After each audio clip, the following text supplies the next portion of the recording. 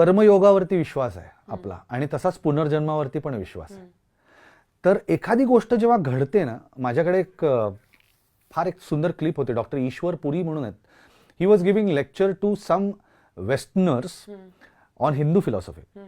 आणि ते म्हणले की Hindu philosophy is based on 4 pillars. Number 1, ते म्हणाले की जी गोष्ट जेव्हा व्हायची असते, घडायची असते, तेव्हाच ती घडते. त्याच्या आधीही घडत नाही, नंतरही घडत नाही, ज्याला आपण योग नाही योग असं म्हणतो. तेव्हाच ती घडते. नंबर 1.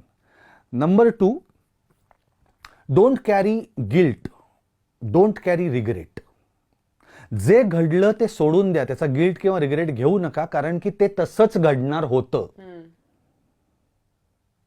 ते तसंच घडणार होतं. तुम्ही काहीही करू शकणार नव्हतात त्याच्यासाठी. त्यामुळे मी असं करायला पाहिजे होतं, मी असं वागलो असतो तर हे झालं, ते तसंच होणार होतं.